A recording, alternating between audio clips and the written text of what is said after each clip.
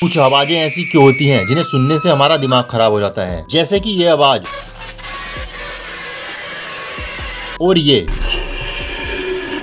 जिनसे हमारा दिमाग इरिटेट होता है। और ऐसा आपके साथ भी जरूर होता होगा, पर ये क्यों होता है तो चलिए जानते हैं। दोस्तों, ऐसी इरिटेटिंग आवाजों को अनोइंग साउंड कहा जाता है। ये लगभग से 2000 से 4000 हर्ट्ज फ्रीक्वेंसी तक की आवाजें होती हैं। जब ये आवाज सुनाई देती है तो हमारे दिमाग का एक पार्ट होता है एमिगडेला, जो अलर्ट हो जाता है। उसे लगता है कि आसपास कोई खतरा आ गया है और हमारा फोकस कहीं और से हटकर उस आवाज पर आ जाता है और बार बार रिपीट होने पर वो आवाज हमें इरिटेटिंग लगती है।